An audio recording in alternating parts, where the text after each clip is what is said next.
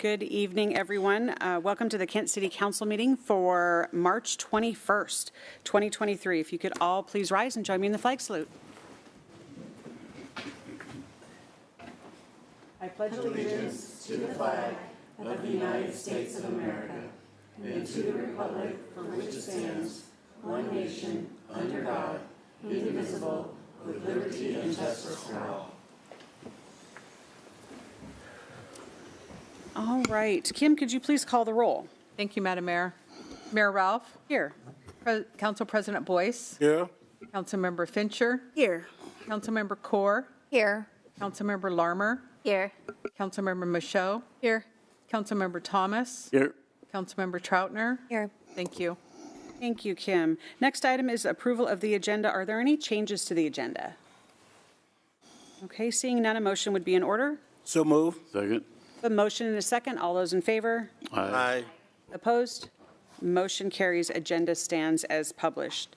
That brings us into public communications. Council, I have a couple of appointments that are on your consent calendar. First, we've got Miriam Alvarez-Pintor and Suzanne Smith for the Parks Commission. Miriam, are you in the audience? Yes, if you just wait, there you go. Council, I wanted to make the introduction there. Thank you so much. We will, there's information in the packets, and Council, like I said, it's before you on consent calendar. I want to say thank you for your interest in our Parks Commission. And then we also have an appointment to Land Use and Planning Board. Many of you know Brian Kesterson here in the front row, recent graduate of Kent 101. So very excited about the fact that, you know, that seems to be a great place to kind of learn about our boards and commissions, and really pleased that both of you are going to be stepping into those roles in providing all of that guidance and feedback and those functions. At the State of the City address this year, just last week, we honored our boards and commissions members for their volunteer service because it's a very important thing to our community. So thank you both for being here tonight, and these appointments will be on the consent calendar for Council's consideration. That brings us down to community events. Council President Boyce. Thank you, Madam Mayor. Let's see here. What's going on here at the Central Showwear Center? They have Tacoma Stars playing the Dallas Sidekick on March the 24th. And on March the 25th, which is a special day, right? Your son's birthday. It is his birthday. We have the Thunderbird versus the Portland. And then on March 31st to April 1st, playoff time. So get those tickets and let's go cheer those Thunderbirds on. On April 8th, I think it's Grupo Arriesgado. Close enough? Please forgive me. That's on April 8th. April 28th, the Awaken Music Festival. May 5th, we got Garrett Allen. June 3rd, we got our favorite Kent International Festival. This is probably like year number what?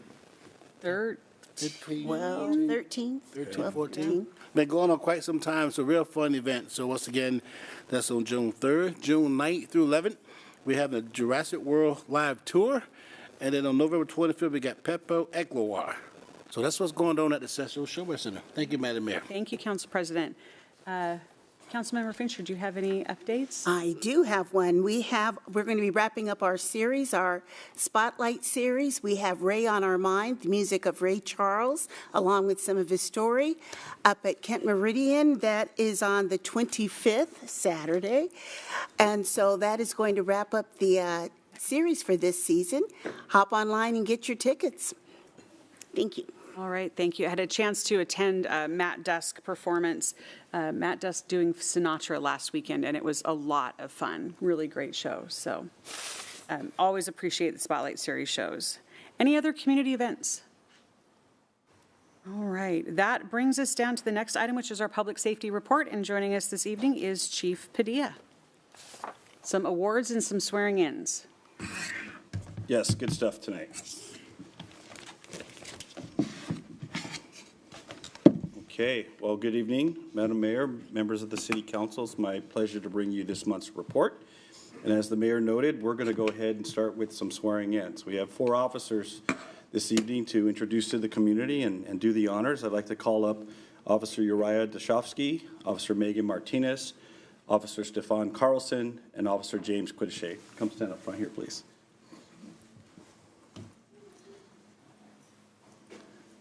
So these are our most recent graduates from the academy, actually in 2 separate classes. One of the things I continue to want to brag about until I can't is we have more officers in the Police State Academy than any other department right now, anybody in the state. So that's how much we've hired. All right, so starting at the audience's far left, the council's right, I will introduce our officers and tell you a little about them. First up is Uriah Dashofsky.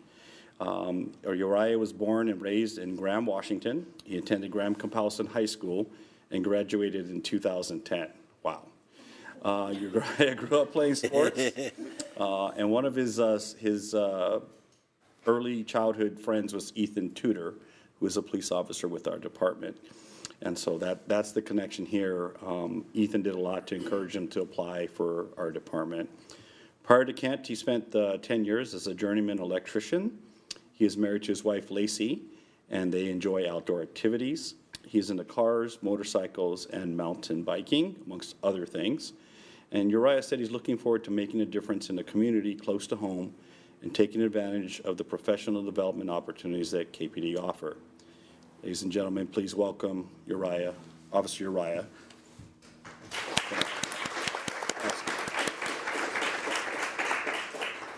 All right, next up, we have Officer Megan Martinez. Megan was raised in a military family and spent time in several states, including California, Washington, Colorado, Michigan, and Texas growing up. She moved back to Washington to be closer to her mother, who lives locally. Megan attended Thomas Jefferson High School, where she played tennis and soccer. Before coming to Kent, she went into work in the retail and banking industry. Her last position was Business Relationship Manager for KeyBank in Auburn. Megan was drawn to KPD because of the camaraderie and teamwork she witnessed here. She's looking forward to working in an environment with a healthy level of competition. Megan currently lives in Bonnie Lake with her 6-year-old daughter, Aurora.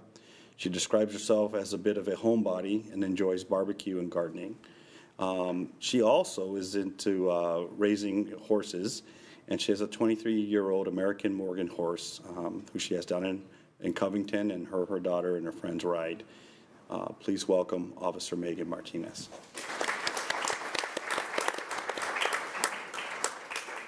And I missed something there, so I'm going to go back. So Uriah, do you have anybody in the audience you'd like to introduce? Welcome. My wife, Lacey. All righty. Welcome, Lacey. And then Megan? My daughter, Aurora. Did she raise her hand? We can't see her. There we go. Yeah. All right, next up, that tall gentleman there in the middle is Officer Stefan Carlson. Stefan Carlson grew up in a small fishing village in, I'm going to say this wrong, Sandergurdi, Iceland. I know I said that wrong. He left in 2010 and moved to St. Paul, Minnesota, and attended Inver Hills Community College. After college, Stefan enlisted in the U.S. Navy, where he served for 4 years in the Naval Security Forces. He recently moved to Washington to be closer to his mother and sister, who are here. And Stefan expressed that he has always had a deep respect for law enforcement. He most looked forward to providing the community with a sense of security and safety. On a personal level, he likes hiking, camping, fishing, and visiting outdoor ranges. He is also interested in horticulture, fitness, and gaming. Please join me in welcoming Officer Stefan Carlson.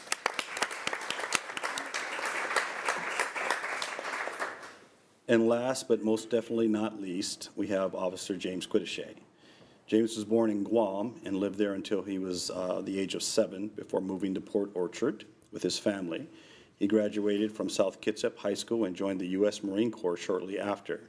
James spent 4 years as a machine gunner and was able to see countries such as Australia, South Korea, Japan, Thailand, and the Philippines during his enlistment. After his military service, James went to work for GMS Metal Works, where he was a machinist for military aircrafts. James decided to pursue a career in law enforcement and has ties to the city of Kent that brought him here. He lives with his wife, Hannah, and they are expecting their first child in December. He enjoys working out, archery, and doing various home improvement projects. James says he's looking forward to regaining that sense of camaraderie that he had in the military and serving the Kent community. Please join me in welcoming James. Because I always forget this part and I don't put it in my notes there. Stefan, would you like to introduce anybody here for you tonight? Yes, I have my mother and my sister. Excellent, welcome. And then James? Yes, I have my wife here, Hannah. She's also here with her family, Howard Feist, and then the Howersons back there. And my daughter was born last December. She's actually. I'm guessing you wrote your bio last year. Okay, got it, my bad. So, and your wife is Hannah though, right? I got that part right. Okay. Just checking my notes here. All right, with that, Ralph, will you do the honors, please? All raise your right hand and repeat after me. I state your name, do solemnly swear Do solemnly swear that I will bear true faith and allegiance true faith and allegiance to the United States of America, to the United States of America, the state of Washington, the state of Washington, and the city of Kent, and the city of Kent. that I will uphold the Constitution and laws That I will uphold the Constitution and laws of the United States of the United States and the state of Washington, and the state of Washington, and that I will obey the rules and regulations and that I will obey the rules and regulations of the Kent Police Department. of the Kent Police Department. All right, it is officially official. We have one last test. I'm going to come over and sign these, and if you all want to come over and find your certificate, that's the last test. Sign it, and we'll be good to go.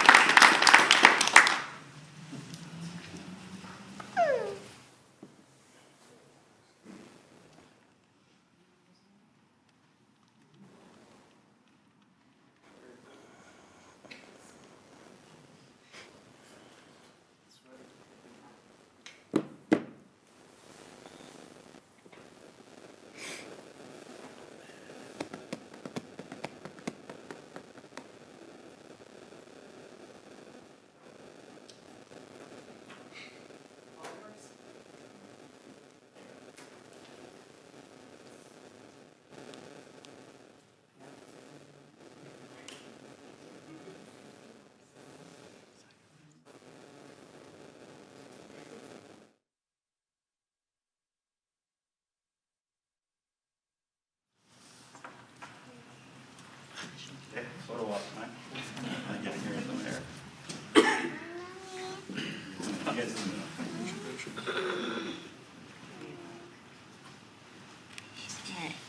Smiles. 3, 2, 1.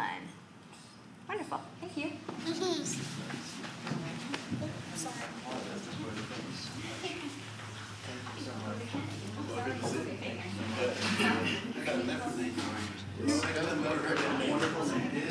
It's about 15.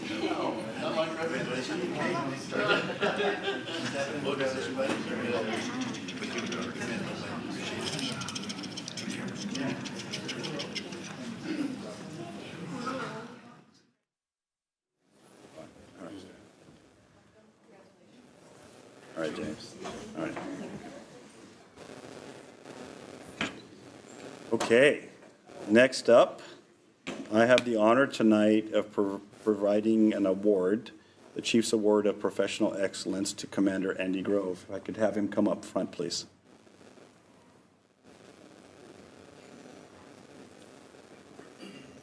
So Commander Grove is being awarded, like I said, the Chief's Award of Professional Excellence. This is a rarely awarded honor.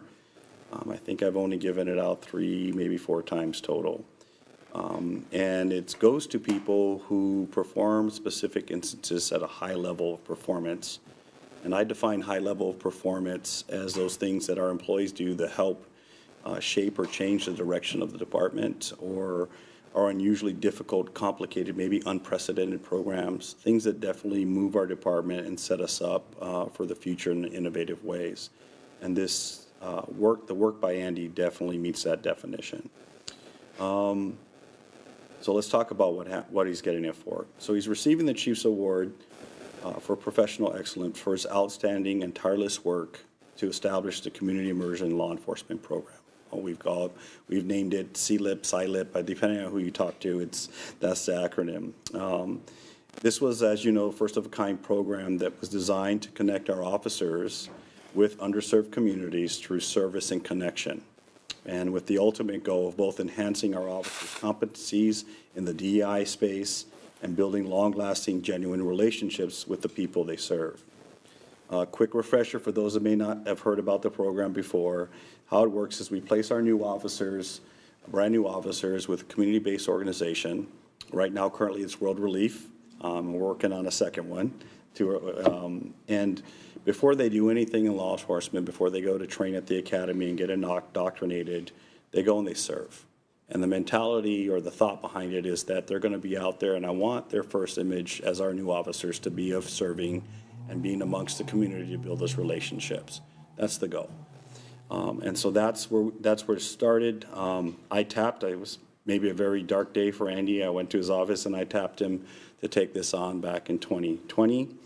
And he has worked his tail off to get it up and running. You know, whenever you try something that's innovative and new, there's always going to be obstacles and roadblocks. And Andy worked to overcome all of those, bring stakeholders, elected officials, union representatives, rank and file, and really got to work in selling the importance and value of this. And here we are today, some 34 or 5 graduates later. At the same time, Andy had to work with, not had to, he got to, I guess, it's a better word, got to work with UW researchers who were doing a study on the pilot program. And we did complete that one-year study, and the results were pretty fantastic. Clearly, the data showed an elevation of the competency of our new officers in terms of DEI. It also showed strong, I'll define it kind of as shaping as perspective, both from the community-based organization personnel and our officers. And notably in the report, called out specifically, was Commander Grove's work being defined as the linchpin for the success of the program. So that is a big statement in there. I have had the pleasure of knowing Andy since the day we hired him. One of the best decisions our department has ever made, for sure. It has been my pleasure to watch him grow in leadership. He's always had a heart to serve. He is very strong in his values and his beliefs and family. It's just been a pure joy. Someone very, very deserving of this honor and others. So it is with great pleasure that I bestow upon you, sorry, I'm getting emotional, I don't know why, the Chief's Award of Professional Excellence.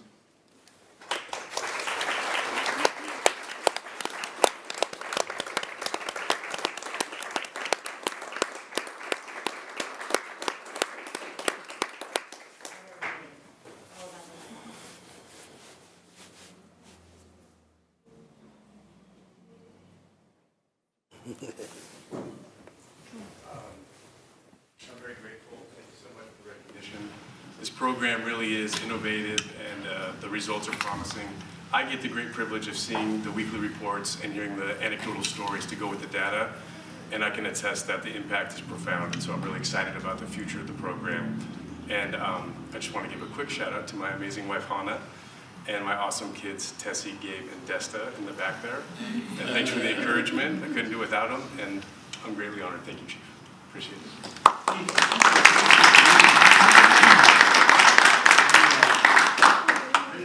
I know they're super shy.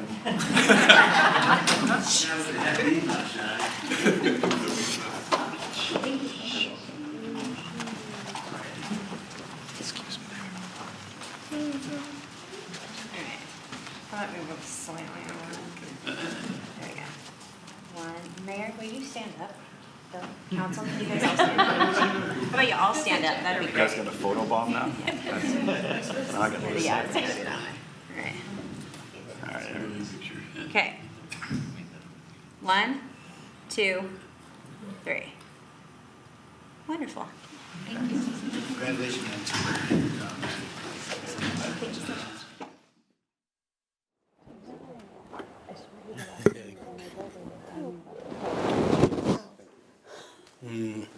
Yes.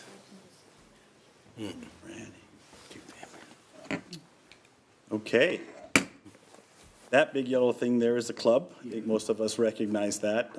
Kind of an unfortunate reality of where we are today in terms of issues, right? But I wanted to take a moment to highlight the work of our community education unit and our neighborhood response officer. Remember, it was a team, now it's an officer, and their leaders and their support unit. to address a huge problem of stolen vehicles. As we know, it's well documented, auto theft is at a national high, and particularly in Washington State's leading the way, unfortunately. As you may have seen, there was some viral videos that went out that showed how easy it was to steal Kias and Hyundais. And here we are, the #1 car stolen in the country by far is in Hyundais. So to combat that, those corporations have partnered, providing grant funding to obtain clubs that we are able to provide to our community members who have Kias and Hyundais. And yes, we're getting a lot of questions about the Honda owners, what about us? For now, the money's dedicated for those makes. And we have had 4 separate giveaway events. They've been very successful.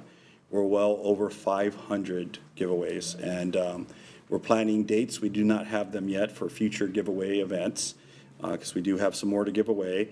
And stay tuned with our social media for those for that additional information. But that's at least 500 cars that are going to be very much more difficult to steal. And our message is to our community is do everything you can to make your car difficult. Don't keep anything in there. And if you want to invest, I think they're pretty inexpensive, but the club is a good deterrent that may make someone, quite honestly, this doesn't sound great, move on to the other car. And that's what we're advising people to do. So again, my thanks to the team, CU and our chief for making this happen. Also want to plug upcoming events. Saturday, April 22nd from 10 to 2 here at the station. We will do another prescription drug take-back day. We've done this for several years now. We partner with the DEA, and it's just a reminder to everybody, a significant gateway for our youth to obtain drugs and get involved in sometimes life-changing use of those drugs is the prescription drugs we have in our medicine cabinets or in our drawers or what have you that are not used and are not needed. So one way to get rid of them is this program. Additionally, you want to be environmentally conscious with some of these drugs, right? We don't just throw them into the trash. And so this also meets that need. And if you give them to us free of charge, we will see that they are properly disposed of in the right way. So look for that. Community meetings. So during the pandemic, we suspended community meetings for in-person community meetings for obvious reasons. We went to cyber format. It was not as impactful or as engaging as I would have liked to have seen. And I am very pleased to announce we are bringing our community meetings back. And the first of those community meetings is May 10th at Meridian Elementary School. That's a picture of one from several years ago.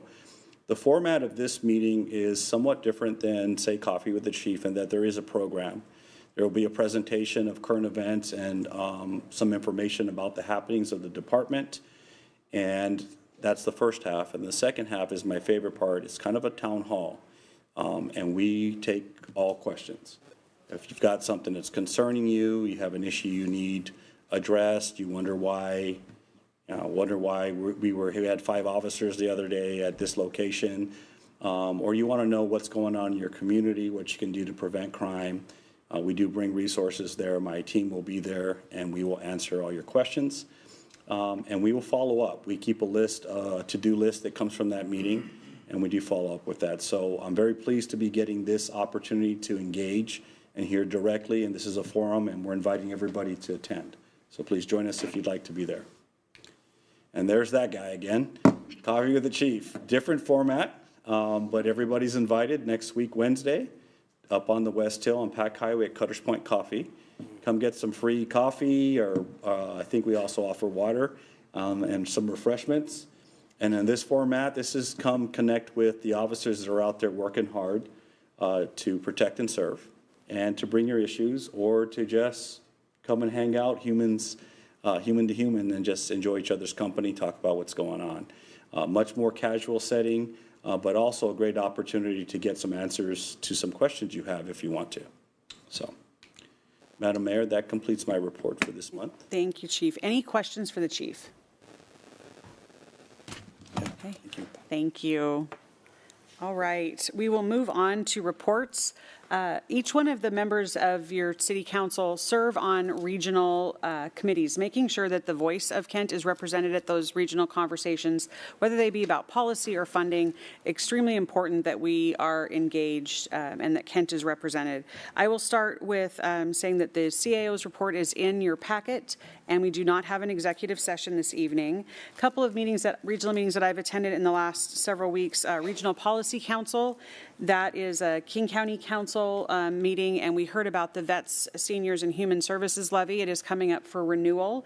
At this point, we're hearing that it will be renewed at the current rate and not that rate will not be going up, but we had the first presentation on that this week. Also, we had the 167 master plan meeting. That's master planning process that was funded by the legislature several years ago. We're coming up at the end of what kind of projects need to happen on 167 south of here up to that 405 connection. Those two corridors, 167 and 405, were connected together quite some time ago. And quite honestly, all of the funding that has been coming in through the tolls on 167 have been going to fund 405 projects. So several years ago, Mayor Backus and I got together and worked on getting this funding to actually plan for projects on the 167 corridor itself. If there's no plan, then there's no money flowing to that plan. So we've been working through those details. It's getting better. A lot of the plan was to have transit absorb traffic. The reality is that we've got second and third shift folks and freight on 167. So we really do need projects and some capacity expansion there. So that's happening. Also had the pleasure of attending a couple of fundraising breakfasts. KSARC, King County Sexual Assault Resource Center, had their annual fundraising breakfast this last week. They have been serving our community for decades. We'll be hearing from their director at our next council meeting, but just a plug for if you know anybody who is the victim of sexual assault or anybody that has a family member that has, please reach out to KSARC. They're providing amazing services, both on the counseling front and then legal advisory front. So it's life-changing services for victims of sexual assault and a really important resource in our community. The other breakfast was Communities in Schools of Kent. Always an inspiration to hear from our students that have been paired with a mentor in the community and what an impact that adult to student relationship can have. One of the students that spoke said it's not transactional, and I think that's so important to remember. Like, I think when we all feel like when we talk to our kids in particular, it's like, did you do your homework or did you whatever, what is that transaction? And the mentor relationship is really just about checking in and being there for students. So really grateful to be able to support that organization. Finally, the last thing, just a quick update on the legislature. We are still in session. It is, reminder, a very long session and a huge number of bills. So we are now, everything that's passed out of the House of Origin is in the other side of the legislature. So continuing on land use bills, there's quite a bit of quite a few bills circling around density. A few of the ones that we are tracking closely and do have some concerns about. House Bill 1110 has the potential of 6-timesing the number of units on any given lot. While we very much understand density and growth, and Kent has been meeting our growth targets for quite some time, this potential massive expansion comes with a lot of questions around things like infrastructure, and our sewer system was not built for accommodating that kind of growth, nor is our transit system robust enough to move people. So we're going to continue to weigh in on those bills, and I think the ask continues to be one size does not fit all. I testified earlier this week, and one of the things that I talked about was in communities like the East Side, they have HOAs that have binding rules that say what you can put on a lot. So that growth will not happen there. In Kent, we have a lot of older neighborhoods, a lot of neighborhoods that don't have HOAs. So that means that's where that growth comes, but without any of the revenue and supports to accommodate that. So we do have some concerns. We'll continue weighing in.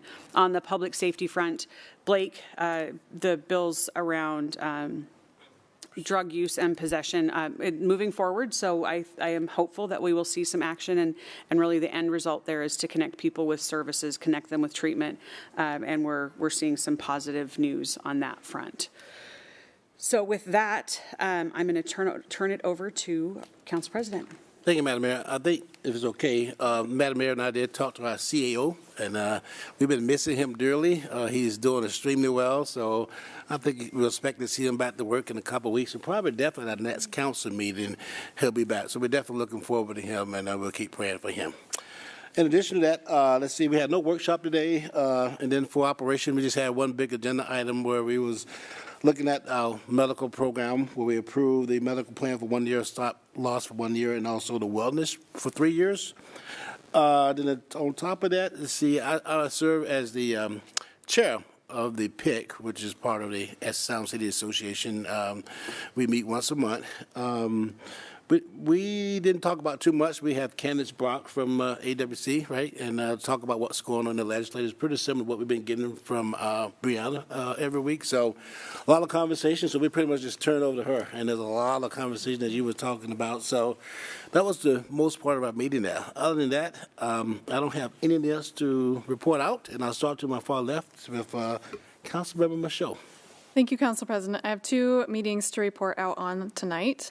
The first is the Human Services Commission. I serve as the liaison for the council. The first thing that we talked about was we got an overview of the King County Crisis Care Center levy, and that's the 9-year levy. That's $1.25 billion. It's a property tax levy, and it's for mental health and substance use disorder care. So it would create 5 regional crisis care centers with the 16 beds each, and for a maximum of 14 days of care. And then it would also restore some longer-term treatment beds and grow the healthcare workforce. I encourage everyone to look into that and see if you want to support that. The second thing that we got an update on was the co-responder program. It's been going on for about a month now, and so far it is going well. They say they're averaging about 1 client a day. The police are calling out to FD Cares about once a day so far. So far, going good. And then this morning, I attended the South King County Area Transportation Board on behalf of the mayor, and we had 2 briefings. The first one was on the WashDOT Transportation Demand Management Program, but inside of that, we have this thing called a commute trip reduction program that businesses with and agencies with more than 100 employees must take part in. Someone from the city does that. Thank you. And it's just trying to find ways to ensure that employees take part in carpooling, van pooling, things like that. And then our second briefing was on the Puget Sound Gateway Program, which is SR 167 in Pierce County, and then SR 509 completion. Having some setbacks due to construction costs. Everything is going up anywhere from 30 to 91% for materials. And then there's also a labor shortage. But it is supposed to be complete by 2025. So that's good news. And that concludes my report. You've been busy. Thank you, Councilmember Michaud. Councilmember McCord. Thank you, Council President. I serve on Growth Management Planning Council, and we will be meeting tomorrow. I do serve on 3 other committees, but as I was out of the country, and I think only 1 meeting happened during that time, so I will have updates at the next council meeting. Thank you. Once again, welcome back in the country. Okay. Councilmember Larmer. Thank you, Council President. I serve on the King County Aging and Disabilities Advisory Council, and we met last Friday and had a presentation from the King County Regional Homeless Authority. For those of you that don't know, a few things I learned. I didn't realize that they are actually a distinct separate agency. They are not part of King County, and in fact, they have their own 5-year strategic plan. So we talked about, it was general orientation to their agency, what they do. Their mission is to reduce homelessness in all 39 King County cities. They're the major funder for services. They also are a major aggregator of data, and this is one of the big advantages of having them in place, and they've only been in place for about the past year and a half. But they have the the aggregate of all the data from the different homeless counts and the different city datas and all of this from the resource providers. So looking forward to having a lot more coordinated data-driven plans coming from them. A few things we talked about. The question was asked about, projections of homelessness in King County. They estimate, based on the data that they're aggregating, that we're looking at about 60,000 individuals in King County are experiencing homelessness. A couple points of data they've collected is they are seeing an increase while whites and Black African Americans make up the majority of the homeless. They are seeing a increase in Latino, Latinx, and then also what was, obviously a big topic for the group they were speaking to is they are for the first time seeing an increase in the rates of seniors and elders reporting homelessness. 51% of those in the being tracked and are claim some sort of disability. 31% is mental health disorder. 37% are substance abuse disorders. So, really, again, it was mostly just informational, but because it was a senior group, we did talk specifically about some of the observations and the challenges they're facing with the senior community, including there's problems that they're trying to figure out now with, like, shelters don't necessarily can handle the fragile medical conditions of seniors, and so that's, one of the challenges that they're coordinating around. And also transportation for those, for seniors to get to the services offered, and especially seniors with mobility issues. So just some of what they're tackling, and again, really promising results. They've gotten 4,500 individuals out of homelessness in their first year and a half. So, we are seeing some promising results having a coordinated agency tackling this. So, really interesting meeting from that perspective. Thank you, Councilmember Larmer. Councilmember Troutner. Thank you, Council President. I am Chair of the Economic and Community Development Committee. We did not meet this month. I am also on the Regional Transit Committee. We met on March 15th. We had 2 briefings. The first was on Metro Connects and Metro support for regional planning. And our question back to them was a little bit more information so that we can use that as we put together our comp plan updates. The other briefing was on the progress of Rapid Ride K and R lines, so Kirkland and Rainier Valley. So that was a great meeting. And then this morning I had the opportunity to go to Olympia and testify on the illegal street racing bill 5606. This would just give our police officers another tool for their toolbox. The idea is that after a vehicle is taken for illegal street racing, they can hold that vehicle for 72 hours. If it's a second offense, we will have the opportunity to seize that vehicle and then use that for our own purposes or to sell that and use money towards other public safety opportunities. So hopefully that will pass. It's getting good support, and that's all I have.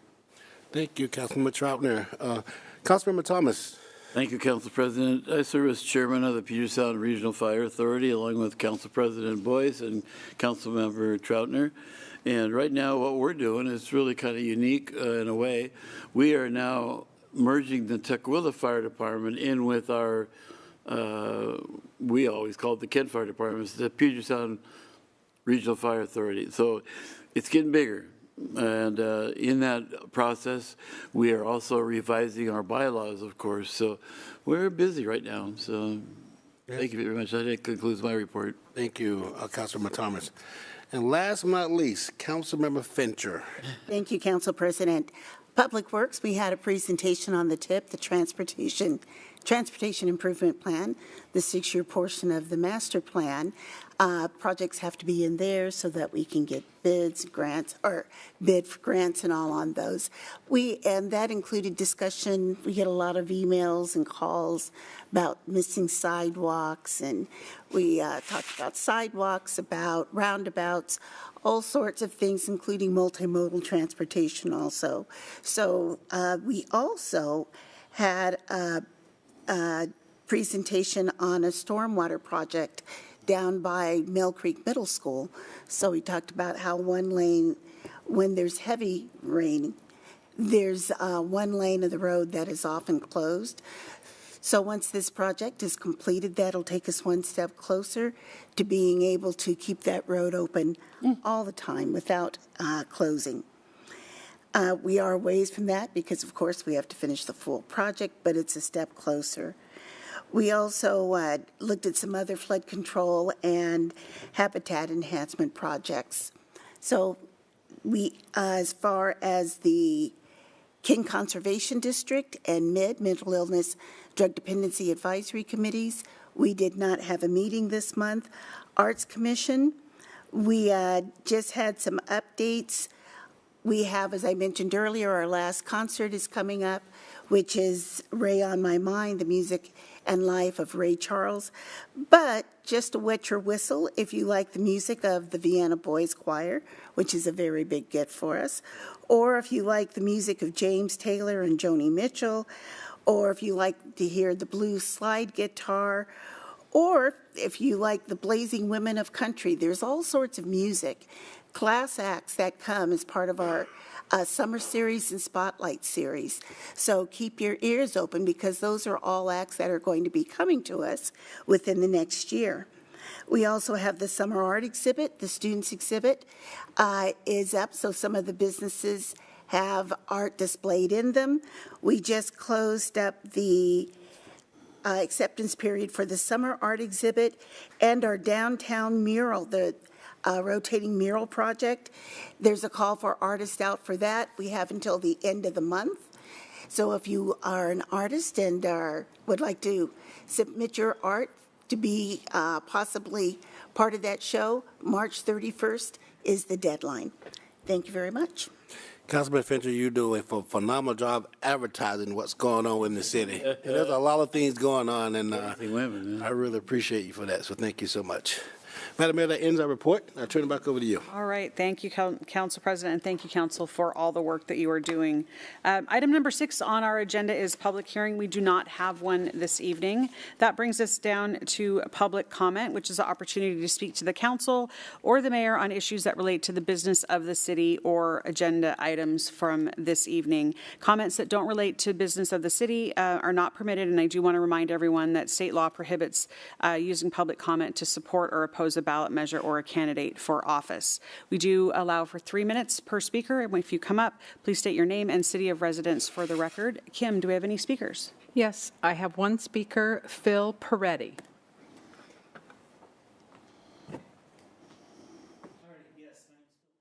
Resident of Kent. I'm actually a resident of the Phoenix Court Apartments. Yeah, those Phoenix Court Apartments. It's my understanding that you, Madam Mayor, are forcing the Phoenix Court Apartments to build a fence around them. At least this is according to our landlord. In part, they said, I'm sorry it took so long to get back to you. Talked to my project manager and supervisor today, and we were told by the mayor that if there was going to be an issue with the fence back there with bus service, they can change the route a little to accommodate. We encourage you to reach out to the mayor and let them know where you're located on the property and that the fence we are putting up is going to hinder your kids from getting to the bus back there. We are not able to put a door. Sorry for the inconvenience. So the issue with not having any access to that back area, that's the side where I believe it's 112 is. Both of my sons are autistic. We go directly there for the bus stop there. My older son in particular, Aiden, he's 9 years old. He's very smart, very fast, and he has a history of elopement. Elopement is a euphemism for running off. And the first time he did it, he ended up all the way down at Smith and Central, and it took several officers and adults to catch him. This is a grave concern of ours that our son would end up in traffic again. And not to mention all the other kids there at the apartments. The elementary school is right there on 112th, and they would have to go through the main entrance up to 40th and then over. Same thing with my high school age daughter. She would have to pretty much take the same route because her bus stop is right there near the elementary school. So it would be an inconvenience for them. And so I guess my question today is it true that you're not allowing them to have any kind of a pedestrian access at that point? If so, why not? And if the landlord is being misinformed on this, can you help us? If not, can you point us in the direction of someone who can help us? Okay. Thank you. So I do have your contact information. We'll be happy to reach out tomorrow. We are working very hard to balance safety at the Phoenix Court Apartments because of the issues that continue to happen there with access. So I will circle up with Economic and Community Development and the Police Department, and we will see what we can do about finding out what kind of solutions we can come up with, because we do have concerns about the other activity that's occurring at that opening in the gate in particular. I understand. So wanting to balance both of those things, but I promise to circle up with the team in the next day or so and get back to you. Thank you. But we are requiring, we have actually quite a long list of things that we're requiring of the management and ownership because of the management just seems to make it sound like, I don't know, that you left your crown and scepter at home tonight, apparently, and that you are the Queen of Kent making them do all these things. Well, after a year of trying to get them to do a few things to improve the safety for the families that are living there, we have put some requirements in because we didn't get very far with asking nicely. Because we are very worried about families like yours. Yes. And their unwillingness to take your safety seriously. So no crown, no scepter, just a genuine concern for for families. And I understand I'm over time, but just one last comment. My family and many other families that are complex greatly appreciate your officers and the effort that they do make for our safety. Yeah. Thank you, and we will be in touch. Thank you. Thank you. I don't have anybody else signed up to speak. All right. Thank you. Have a good evening. Thank you. All right, that moves us on to our consent calendar, compilation of the work that council has done at their committee meetings. These are items that they have heard presentations on, had the opportunity to have conversation, and they have been voted out of committee without any controversy. We have items A through I. Council President, do you have a motion? Yes, Madam Mayor, I'd like to make a motion to approve the consent calendar, item A through I. Second. A motion and a second. All those in favor, please say aye. Aye. Aye. Opposed? Motion carries unanimously. Item number 9 is other business. We do not have any this evening. That brings us down to item 10, bids. We've got the 2023 asphalt overlays, and joining us is our Public Works Director, Chad Buren. Good evening, Mayor, Council. Excited to be here. We've got our annual overlay program for hopefully for award tonight, for consideration for award. This is our look at the map. It shows the areas of the city where we're performing a combination of overlays. We do have a couple of chip seals, which we tried on Lake Fenwick Road summer before last. We do want to try that again on several roads, 148th on the East Hill. And then we're also setting up 277th, the hill climb for chip seal in the coming year. We have some pavement repairs that we're going to do there this summer. But you can see a kind of smattering of projects all over town, and just trying to keep up with our pavement condition. And so this year, still overlays. Next year, going into 2024, we're going to look at more of a patchwork approach, just because we've got a number of areas we're having a lot more failing pavement. We're trying to keep up with it. So we're taking a kind of a look at where our hot spots are with regard to pothole patching, and where those overlaying those areas where we can stretch our dollars the furthest. But this year, all over town, trying to keep up with traffic and traffic damage. So we did have 4 bids, good bids this year. We had an engineer's estimate of $3.29 million with a low bid from Icon Materials of $2.8 million, and 4 tight bids. So we're recommending award to Icon. All right. Given Councilmember Michaud's update on the 90-some% increases in some road projects, I think it's an exciting thing that we've got good bids. Council, any questions All right, seeing none, a motion would be in order. Madam Mayor, I move to award the 2023 Asphalt Overlays Project to Icon Materials in the amount of $2,872,117.50 and authorize the mayor to sign all necessary documents subject to final terms and conditions acceptable to the city attorney and public works director. Second. Got a motion and a second. Any discussion? Seeing none, all those in favor, please say aye. Aye. Opposed? Motion carries 7-0. Thank you. Thank you, Chad. We do not have an executive session this evening, so that brings us to the bottom of the agenda. There's nothing else for the good of the order. We are adjourned and enjoy. There's some daylight, at least a little bit still out there. So we're headed into spring. So yay spring. Have a good rest of your week.